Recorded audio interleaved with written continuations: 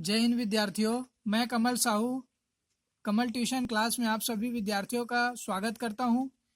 लाभ हानि के पार्ट 1 में हम लोगों ने लाभ के सूत्र से ही पक्षांतर करते हुए किस तरीके से क्रय मूल्य और विक्रय मूल्य ज्ञात करता है ये हम लोगों ने सीखा, और उसके पश्चात केवल हानि के सूत्र का ही प्रयोग करते हुए क्रय मूल्य और विक्रय मूल्य दोनों को ही हल करना सीखे हैं। पार्ट 2 के वीडियो में हम लोगों ने लाभ प्रतिशत तथा हानि प्रतिशत ज्ञात करना सीख चुके हैं तथा क्रय मूल्य किस प्रकार से किन सूत्रों का प्रयोग करते हुए ज्ञात किया जाता है ये देखे थे। आज अंतिम वीडियो है लाभ हानि का, और इस वीडियो में मैं आप लोगों के सामने नवोदय विद्यालय में पूछे जाने वाले कुछ प्रश्न लेकर के आया हूँ।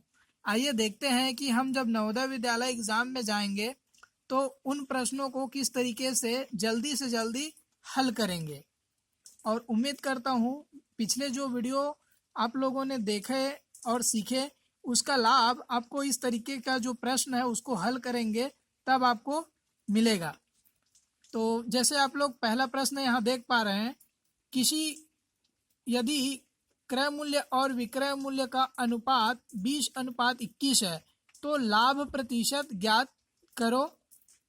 ठीक है, तो यहाँ हमें साफ सुथरा शब्दों में क्रय मूल्य और विक्रय मूल्य मिल जा रहा है, जिसको हम लोग डायरेक्ट मानेंगे। जैसे यहाँ 20 दिख रहा है क्रय मूल्य, और विक्रय मूल्य का अनुपात के रूप में हमको मिला है 21 रुपये।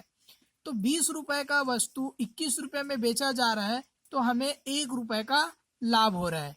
और जब 1 रुपये का लाभ हो रहा है तो लाभ प्रतिशत हमें ज्ञात करना है। लाभ प्रतिशत ज्ञात करने के लिए हमें लाभ को ऊपर लिखना पड़ता है और क्रय मूल्य पे ही हम लोग प्रतिशत का गणना करते हैं, इसलिए क्रय मूल्य नीचे होता है। तो यहाँ हमें 1 रुपये का लाभ हो रहा है। ठीक है, क्रय मूल्य यहाँ हमको दिया गया है 20 रुपये, और उसका विक्रय मूल्य का जो प्रतिशत है अनुपात है वो हमारा 21 रुपये है। तो 20 रुपये की वस्तु 21 रुपये में बेचा जा रहा है, सीधा सीधा हमें 1 रुपये का क्या हो रहा है, लाभ हो रहा है। तो इसी लाभ को हम एक ऊपर लिखेंगे और नीचे में क्रय मूल्य लिख देंगे 20 रुपये। अब प्रतिशत की गणना करना है तो गुणा हम 100 करते हैं, और जब हम 20 से 100 को हम लोग विभाजित करेंगे तो हमारा आंसर आ जाएगा 5।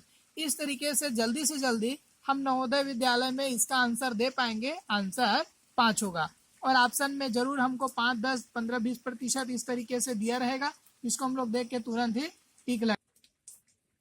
इसी तरीके से दूसरे प्रश्न में जैसे दिख रहे हैं आप लोगों को, यदि 25 वस्तुओं का क्रय मूल्य 20 वस्तुओं का विक्रय मूल्य के बराबर है तो लाभ प्रतिशत या हानि प्रतिशत क्या होगा। तो इसको हल करने के लिए सीधा हम लिखेंगे 25 वस्तुओं का क्रय मूल्य, तो 25 गुणा ये हो गया क्रय मूल्य, जो कि क्या हो रहा है, बराबर हो रहा है किसके, 20 वस्तुओं के विक्रय मूल्य के बराबर हो रहा है। ठीक है, अब इसको भी हम लोग बटे के रूप में जब लिखेंगे तो हमें पक्षांतर करना तो आता ही है। क्रय मूल्य विक्रय मूल्य को हम पक्षांतर कर दिए तो यहाँ बटा के रूप में आ गया विक्रय मूल्य, बराबर विक्रय मूल्य के तरफ में 20 है तो 20 अपने स्थान पे, और इधर जो गुणा के रूप में ये पक्षांतर होके नीचे आ जाएगा 25 बटा के रूप में। तो यहाँ अब हमें पता चल गया क्रय मूल्य 20 रुपये और विक्रय मूल्य 25 रुपये। तो 20 रुपये और 25 रुपये जब हमको पता चल गया कि 5 रुपये का लाभ हो रहा है तो 5/20, क्योंकि लाभ बटा क्रय मूल्य होता है, क्रय मूल्य हमारा 20 रुपये है, इसलिए 5/20, और गुणा हम लोग हमेशा प्रतिशत में निकालेंगे तो प्रतिशत गुणा 100 हो गया। 20 से हम 100 को काटते हैं तो 5 बार में, 5 से 5 का गुणा करते हैं तो कितना आ गया हमारा 25। इस तरीके से हम कह सकते हैं कि विक्रय मूल्य ज़्यादा है इसलिए ये हमारा लाभ प्रतिशत होगा। आइए तीसरे प्रश्न को देखते हैं। तीसरा प्रश्न में है 10 वस्तुओं का क्रय मूल्य 18 वस्तुओं के विक्रय मूल्य के बराबर है तो लाभ या हानि प्रतिशत ज्ञात कीजिए। इस प्रश्न भी हमारा दूसरे प्रश्न के समान ही है। अगर आप लोग इस तरीके से हल करेंगे तो भी ये आपका उत्तर जल्द से जल्द आपको मिलेगा, या फिर आप एक दूसरे विधि का भी प्रयोग कर सकते हो।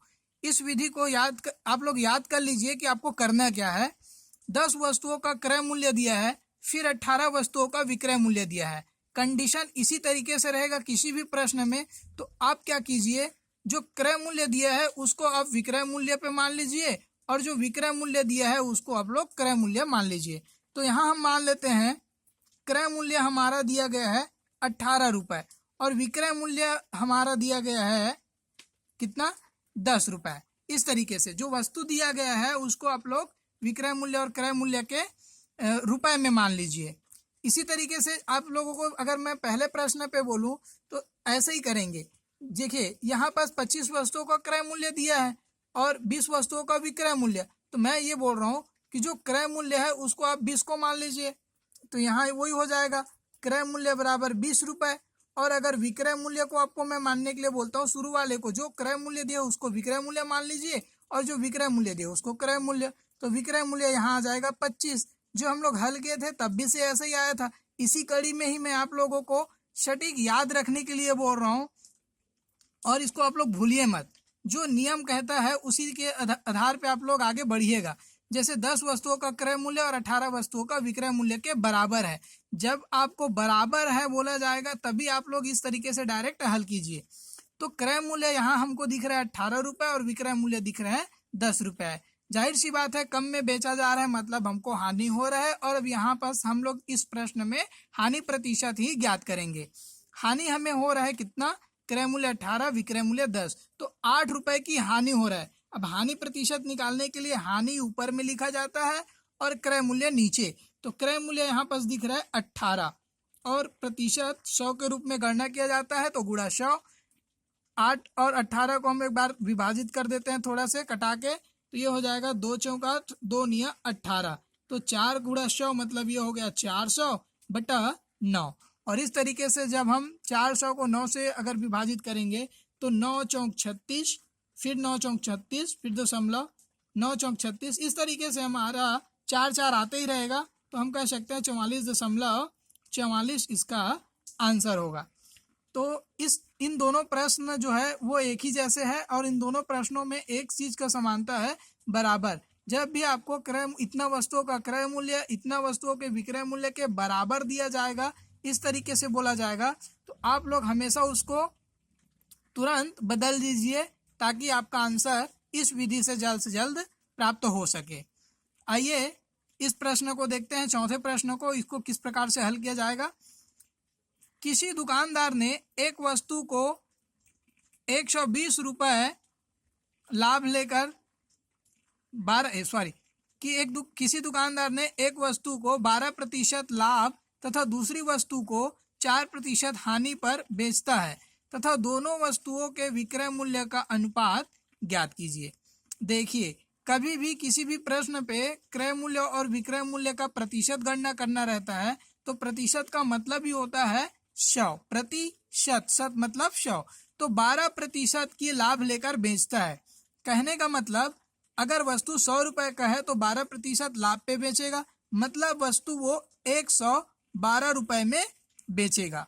और वही बात दूसरी वस्तु को करता है, दूसरी वस्तु को वो 4% हानि पर बेचता है, तो 100 रुपए पे हमें 4 रुपए की हानि हो रहा है, मतलब दूसरी वस्तुओं को वो 4 रुपए की हानि मतलब 96 रुपए पे बेच रहा है। अब इन दोनों वस्तुओं का विक्रय मूल्य का अनुपात निकालना है, तो इन दोनों वस्तुओं का अनुपात इस तरीके से हो गया। अब अगर इसको हम लोग डिवाइड करते हैं, इस वस्तु पहले वस्तु और दूसरे वस्तु का हम लोग डिवाइड करेंगे, तो ये हो जाएगा 7:6। ठीक है, 16 सत्ते 112 और 16 छक्के 96। तो इस तरीके से इनका अनुपात हमें पूछा गया था, और अनुपात हम लोग 1 मिनट सेकेंड में बता देंगे। गणना आप लोग याद रखिए कभी भी 100 के अंतर्गत ही किया जाता है। आइए अगले प्रश्न की ओर आगे बढ़ते हैं।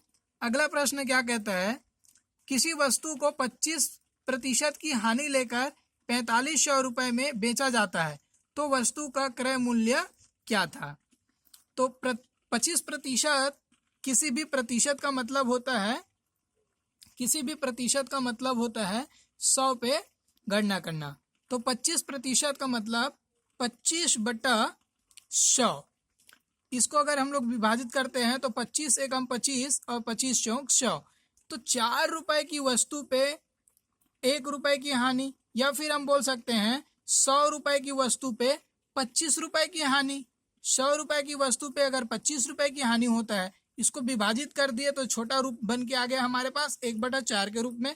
तो 4 रुपए की वस्तु पे हमें 1 रुपए की हानि हो रहा है। इसका मतलब हम जब उसको 3 रुपए में बेचेंगे तभी तो हमारा 1 रुपए की हानि होगा। तो हम कह सकते हैं कि 25% बराबर हो गया 1/4, और 4 रुपए हमारा ये क्रय मूल्य है, 1 रुपए की हमको हानि हो रहा है।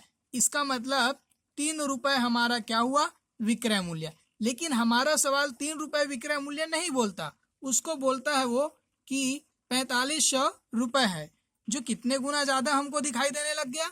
ये हमको एक 1500 गुना ज़्यादा दिखाई दिया। 3 एकम 3, 3 पंद्रम 45, तो 1500 गुना ज़्यादा दिखाई देने लग गया। अब हमें पूछा क्या जा रहा है, तो वस्तु का क्रय मूल्य क्या था। तो वस्तु का क्रय मूल्य अगर 4 बोलेंगे तब तो नहीं है, 1500 गुना ज़्यादा है, इसलिए 1500 का यहाँ 4 के साथ हम गुणा कर देंगे तो 15 चौक 60, तो 60 मतलब 6000 रुपये हमारा क्रय मूल्य होगा। तभी तो 6000 की वस्तु अगर हम 4500 रुपये में बेचेंगे तो हमको 25% की हानि होगा। आगे बढ़ते हैं 6वें प्रश्न की ओर। किसी पुस्तक विक्रेता ने एक पुस्तक को 720 रुपये में बेचता है तो उसे 25% की हानि होता है।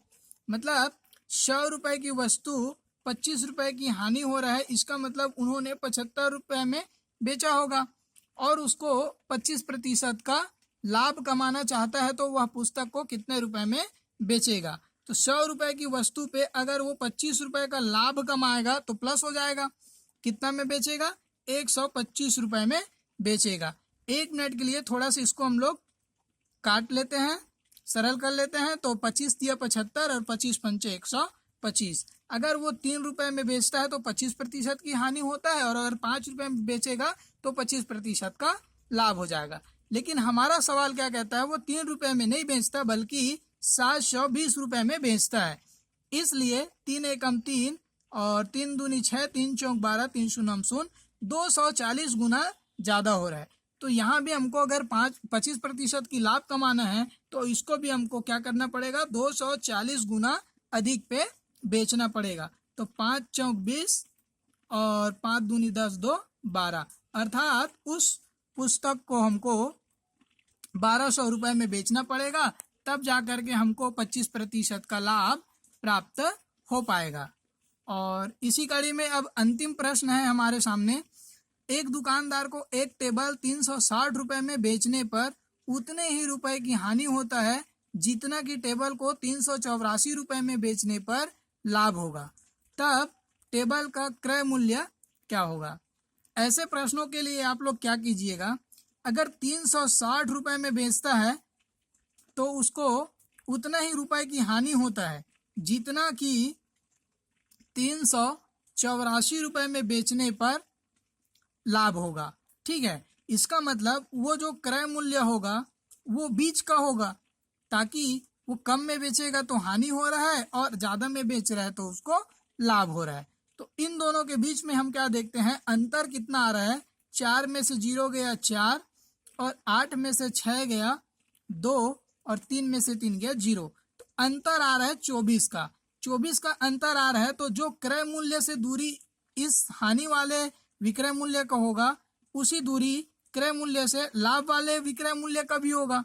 तो हम इस 24 को 2 भाग में तोड़ेंगे तो ये हमारा एक भाग आएगा 12। तो यहाँ से 12 की दूरी होना चाहिए, यहाँ से भी 12 की दूरी होना चाहिए। तो क्रय मूल्य अगर हम 360 में 12 जोड़ते हैं तो हमें प्राप्त हो जाएगा 372। अर्थात 372 रुपये की वस्तु अगर वो 360 रुपये में बेचेगा तो 12 रुपये का हानि होगा, और 372 रुपये की वस्तु 384 रुपये में बेचता है तो उनको 12 रुपये का लाभ होगा। इस तरीके से हम कह सकते हैं क्रय मूल्य पूछा भी गया है, क्रय मूल्य क्या होगा, तो क्रय मूल्य 372 रुपये होगा, जो इस प्रश्न का आंसर है। तो उम्मीद करता हूँ इस तरीके से आप लोग नवोदय विद्यालय में अपना किसी भी क्वेश्चन का आंसर जल्दी से जल्दी दे पाएंगे।